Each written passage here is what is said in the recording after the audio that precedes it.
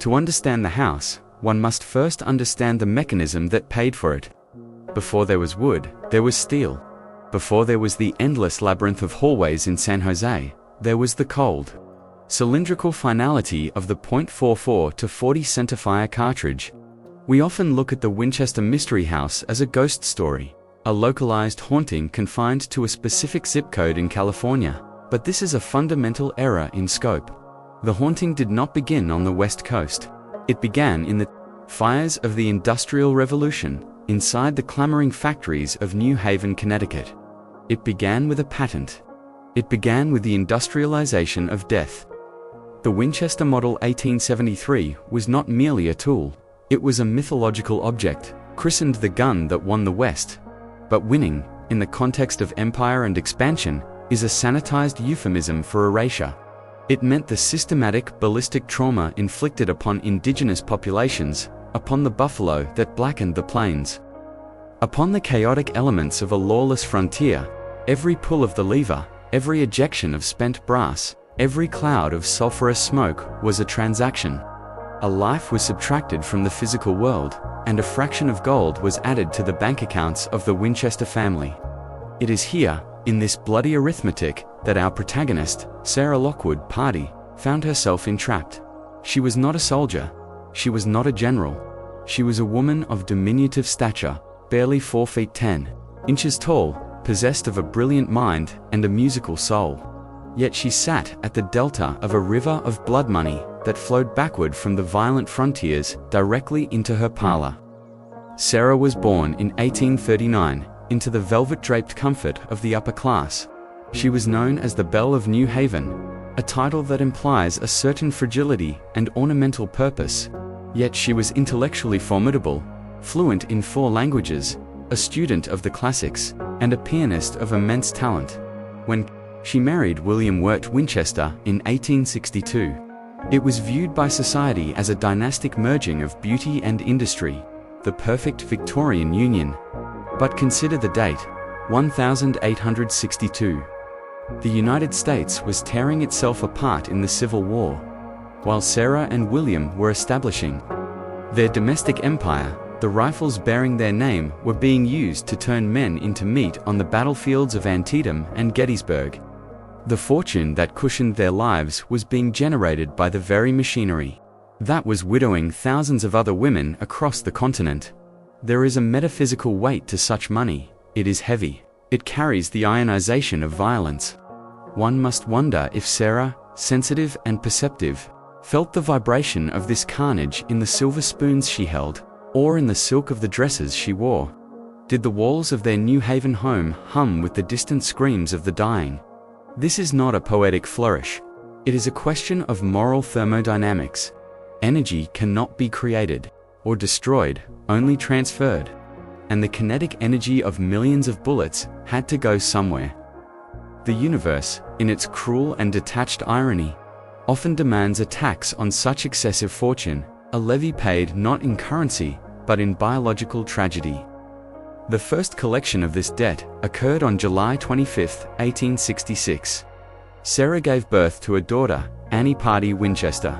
For a brief luminous moment, the darkness of the war and the industrial grime of the business were pushed back by the pristine light of new life.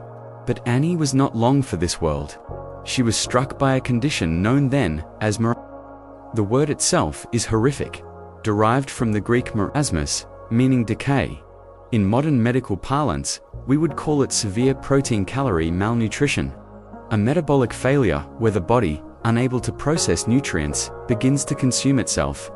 It is a slow, agonizing wasting away. Imagine the physiological horror of a mother watching her infant shrink day by day, the skin becoming loose and translucent, the eyes sinking into the skull, staring out with a haunting, ancient wisdom that no child should possess. The silence of the nursery becomes a physical weight, heavier than lead. Sarah watched the light fade from her daughter's eyes, holding a child who was quite literally evaporating in her arms. When Annie died, 40 days after her birth, something in Sarah's mind fractured. It was a clean break, a snap in the psyche that would never fully heal. She fell into a Catatonic depression, a shadow realm where she hovered for nearly a decade. She retreated into herself. The belle of New Haven, replaced by a ghost in mourning weeds, drifting through rooms that felt too large, too quiet, too empty. But the fates were not finished with the House of Winchester. The mechanism of tragedy had only fired its first chamber. In 1881, the second blow landed. Her husband, William, the heir to the rifle empire, fell ill. It was not a sudden accident, but another slow, consuming horror: tuberculosis, the White Plague. In the 19th century, consumption was the romanticized reaper, but the reality was visceral and terrifying. It is a bacterial invasion of the lungs, a colonization of the breath. Watch as the vibrant, powerful industrialist is reduced to a feverish, coughing skeleton. The sound of the consumptive cough is distinctive wet, rattling, a sound of drowning on dry land. For weeks, Sarah sat by his bedside, the smell of sickness permeating the heavy curtains, the metallic scent of blood on handkerchiefs, mixing with the medicinal odors of camphor and laudanum. She watched the man she loved, the anchor of her reality, disintegrate. When he died, Sarah was 41 years old. In the span of 15 years, the two pillars of her existence, the future represented by her child and the present represented by her husband, were pulverized. She was left entirely alone. But she was not just alone. She was arguably one of the wealthiest women in the world. She inherited a 50% stake in the Winchester Repeating Arms Company. Her inheritance was $20 million. In today's currency, that is over $500 million. Her daily income, passive, relentless, unstoppable, was $1,000 a day. Roughly $30,000 every 24 hours. Even while she slept, the factories pumped out rifles. The rifles pumped out bullets. The bullets killed men, and the profits flowed into her accounts. But money, she would soon learn, is not an insulator against the metaphysical. It is a conductor. It acts as an antenna.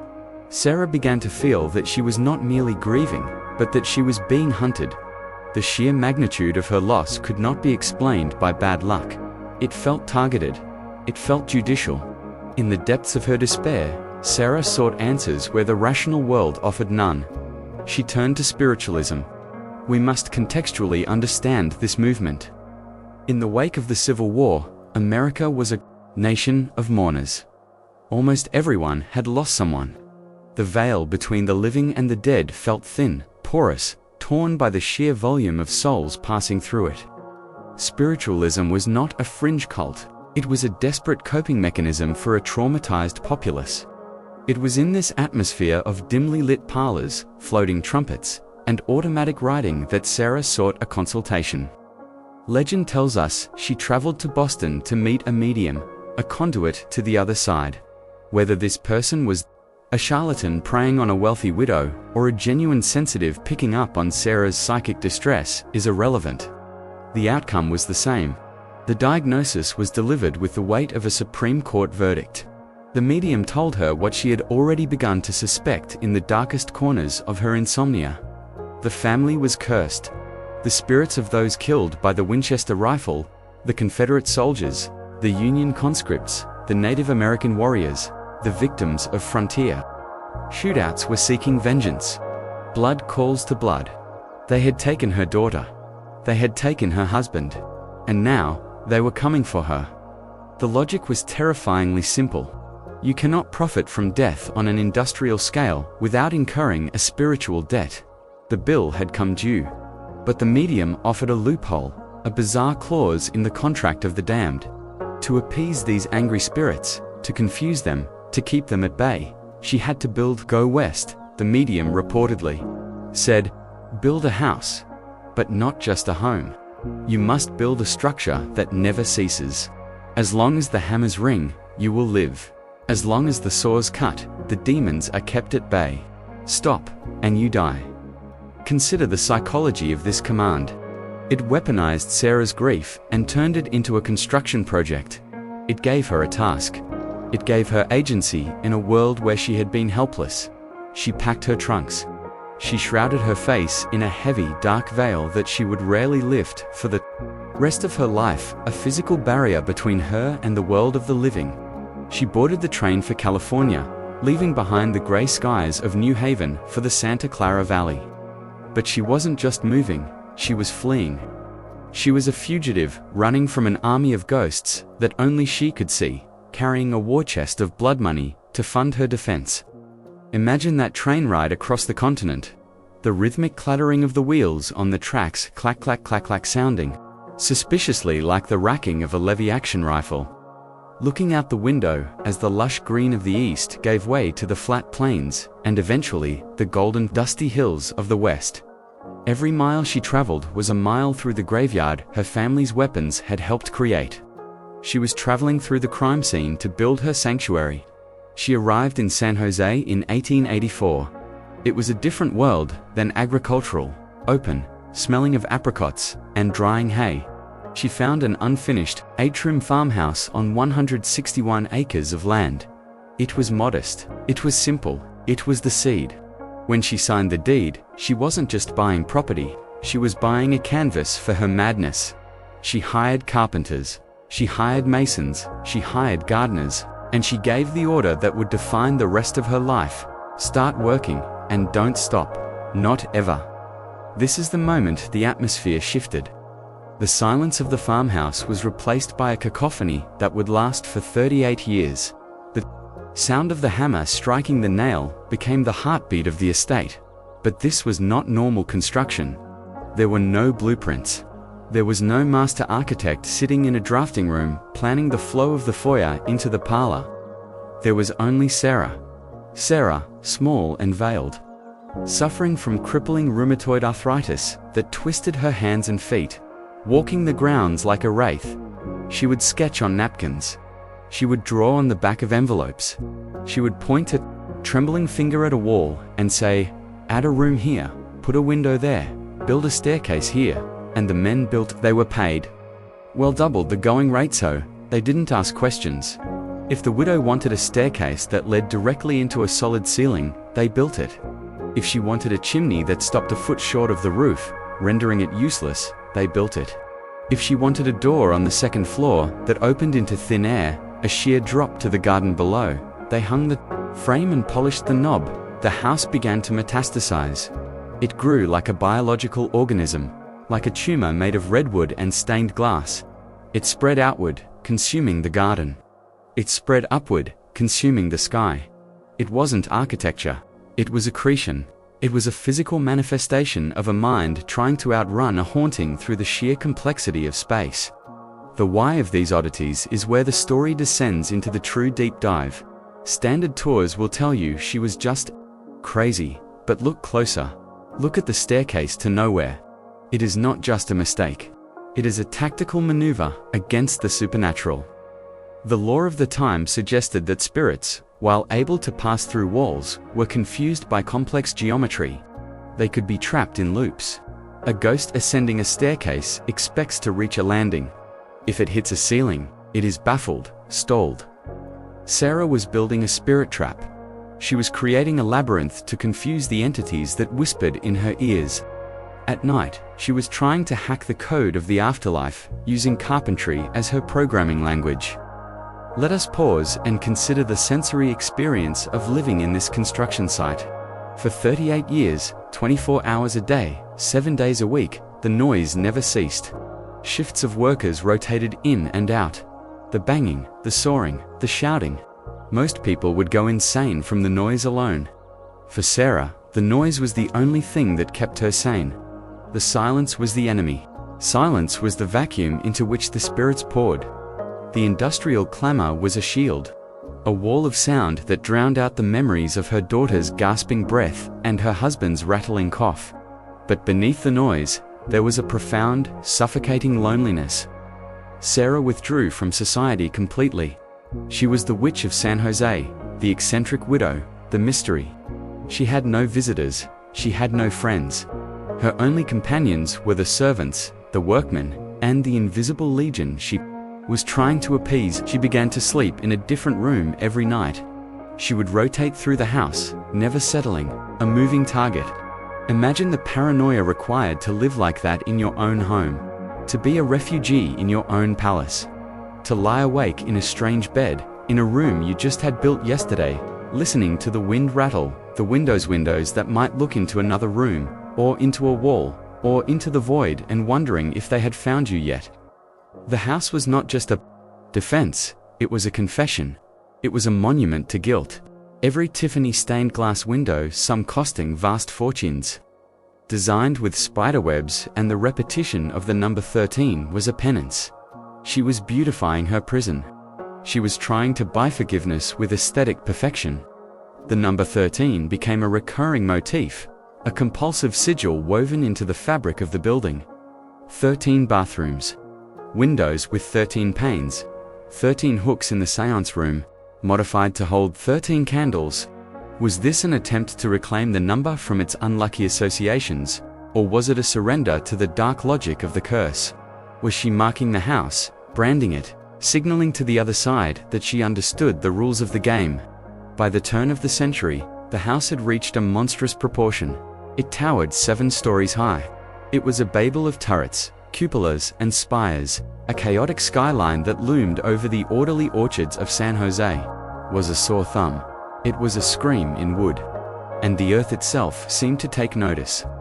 The ground beneath California is not stable. It is restless, much like Sarah's soul. And in 1906, the tectonic plates decided to intervene in the Widows Project. But that cataclysm, and the devastation it brought, belongs to the next chapter of this descent. For now, we leave Sarah in the late 19th century, standing in the center of her growing labyrinth, the smell of sawdust and sawdust in the air, the sound of hammers ringing like church bells, a tiny figure in black holding the line against the encroaching dark. She has built the trap, but she does not yet know that she is the one caught inside it. Part 2. The Tectonic Judgment and the Inward Turn. By the spring of 1906, the Winchester House was no longer merely a residence. It was a citadel of superstition that scraped the California sky.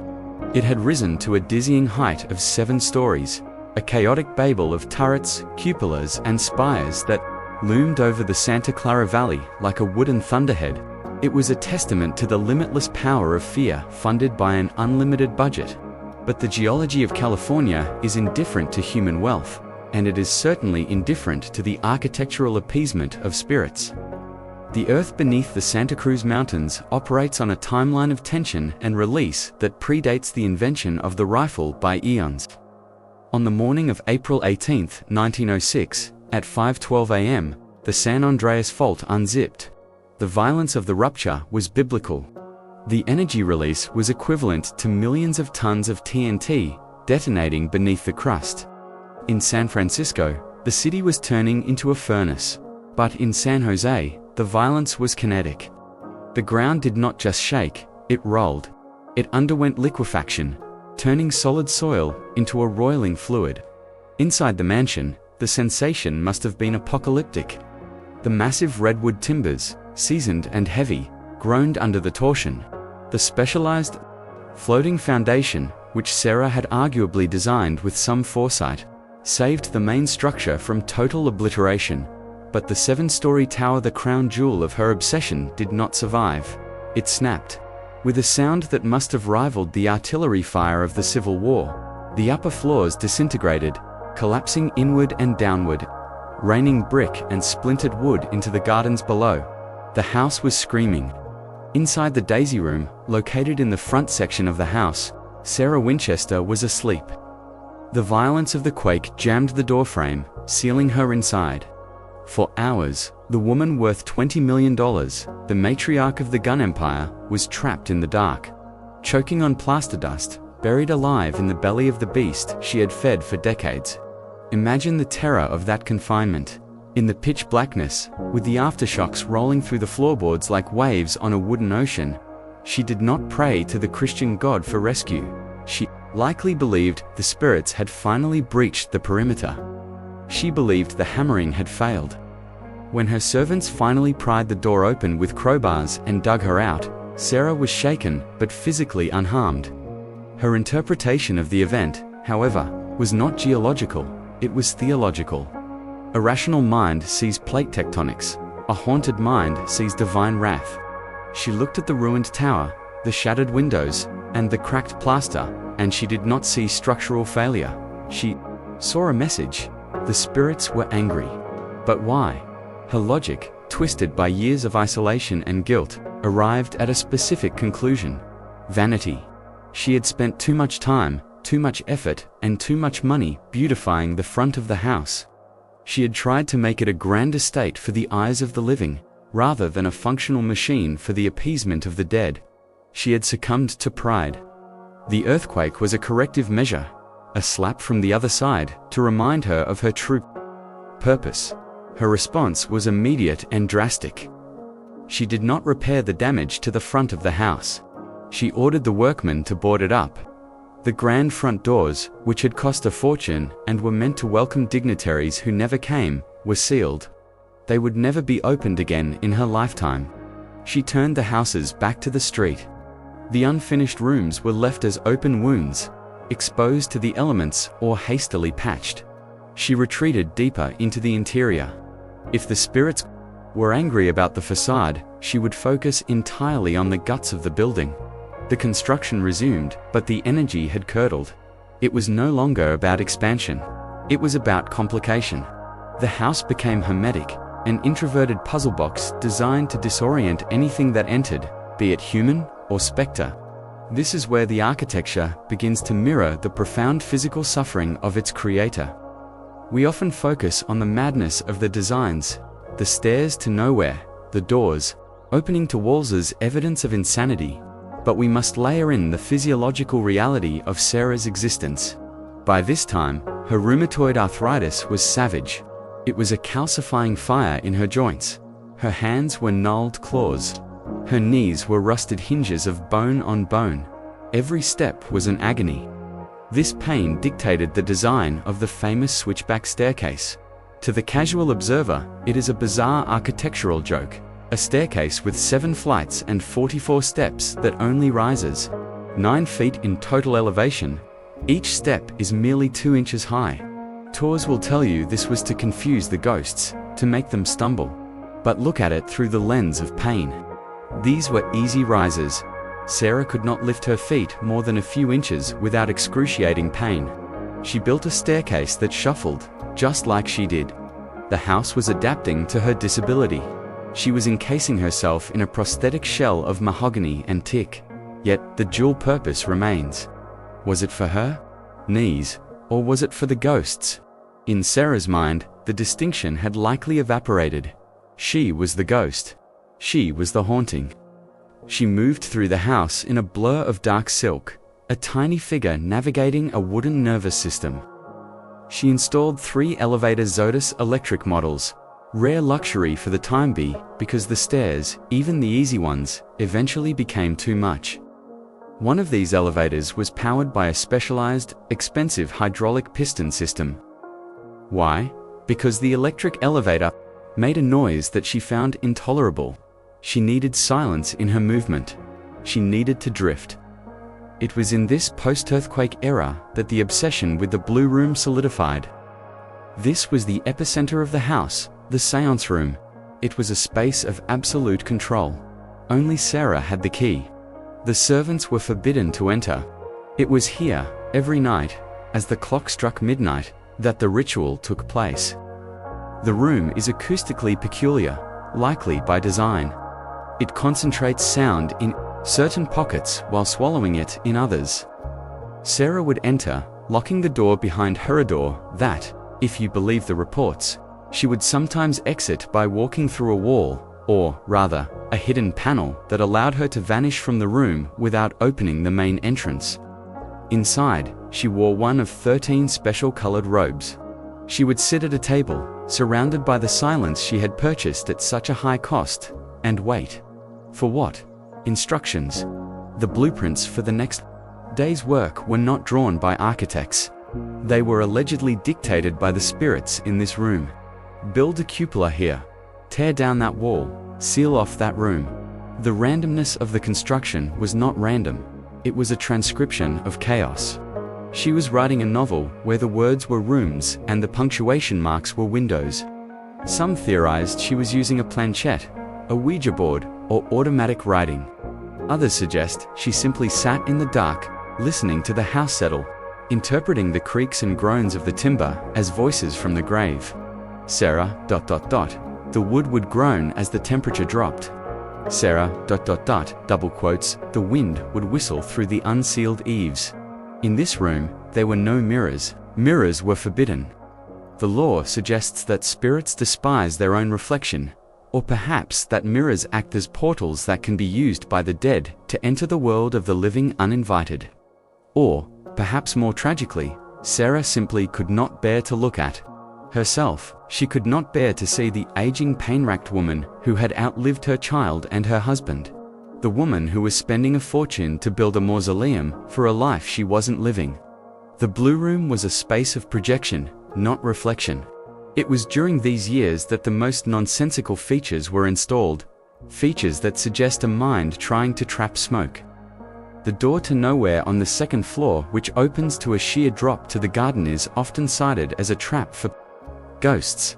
If a spirit walked through, it would fall. But spirits can fly, can they not? Or was the trap for something else? Was it a constant, subconscious temptation for Sarah herself? A quick way out of the pain. We see the witch's cap, a conical ceiling that acts as a perfect echo chamber. If you stand in the center and speak, the sound reverberates directly back into your own skull. Was she trying to amplify the whispers? The workforce became her congregation. At its peak, she had nearly 20 servants and a rotating army of carpenters and gardeners. They lived on the estate.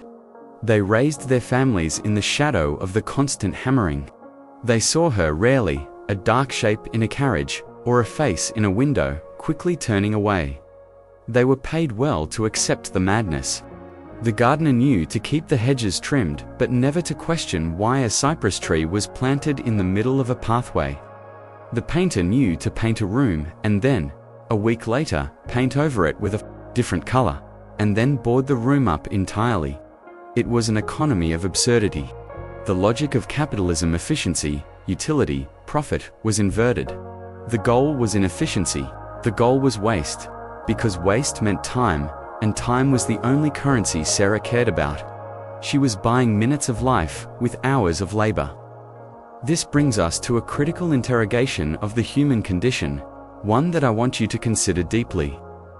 We look at Sarah Winchester, and we see a crazy woman, but is she so different from the modern condition? We build our own fortresses.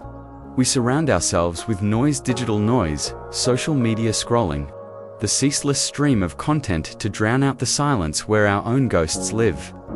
We buy things we don't need to fill voids that cannot be filled. We renovate our lives, changing the facade, hoping that if we change the outside enough, the inside will stop hurting. I want you to pause and ask yourself, do you believe that an environment can drive a person mad, or does a mad person infect their environment? Was the house a product of Sarah's delusion, or did the isolation of the house create the delusion? And more importantly, do objects retain the energy of their history? Can a rifle or a house be truly cursed, or is the curse entirely in the mind of the beholder? Leave your analysis in the comments below. I read the darkness, you're right.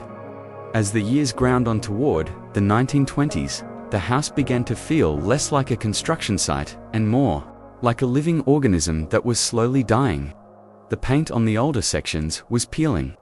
The unsealed rooms were gathering dust. The labyrinth was becoming choked with its own complexity. Sarah was growing frailer. Her eyesight was failing. The arthritis had curled her body into a question mark. But still, she listened. Still, she sketched. The fear had not abated. It had merely ossified. It had become the bone structure of her life. She was no longer running. She was enduring. She was waiting for the one visitor she couldn't build a wall to keep out. The one visitor who doesn't need a door. And in the deep silence of the Blue Room, amidst the smell of velvet and old wood, one has to wonder if she finally realized the ultimate tragedy of her project. You cannot confuse death. You can only delay it. And the bill, eventually, must be paid in full. Part 3. The sudden silence and the architecture of entropy on the morning of September 5, 1922. the sun rose over the Santa Clara Valley, with the same hazy, golden indifference it had shown for millennia. The orchards were heavy with fruit. The air was thick with the scent of late summer dust and drying grass. Inside the sprawling, wooden exoskeleton of the Winchester mansion, the routine began, as it always did. The servants moved through the labyrinthine corridors with the silent efficiency of blood cells navigating a vein. The kitchen staff stoked the fires, the gardeners sharpened their shears, and the carpenters, the legion of men who had aged alongside the house, picked up their hammers. The rhythmic industrial heartbeat of the estate began its daily throb.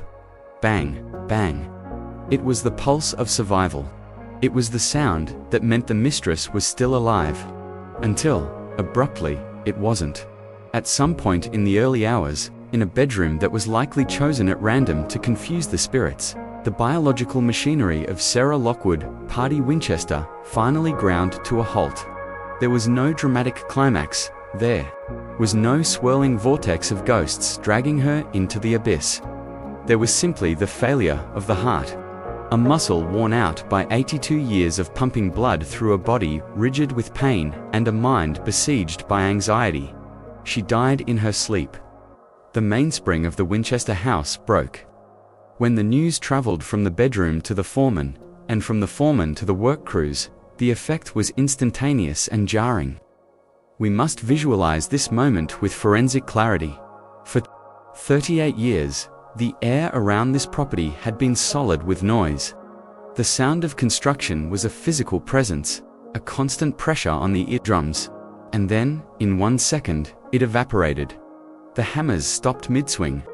The saws were pulled back from the timber, leaving jagged, unfinished cuts. The nails were left half-driven into the redwood, protruding like metal stubble. The silence that rushed in to fill the void must have been deafening. It was not a peaceful silence. It was a vacuum. It was the shock of a chaotic system suddenly losing its energy source. The workers, some of whom had spent their entire adult lives building rooms that would never be used, put down their tools, wiped the sweat from their brows, and walked off the job. They knew the money had stopped. The spell was broken. They left the house exactly as it was, a sentence interrupted in the middle of a word.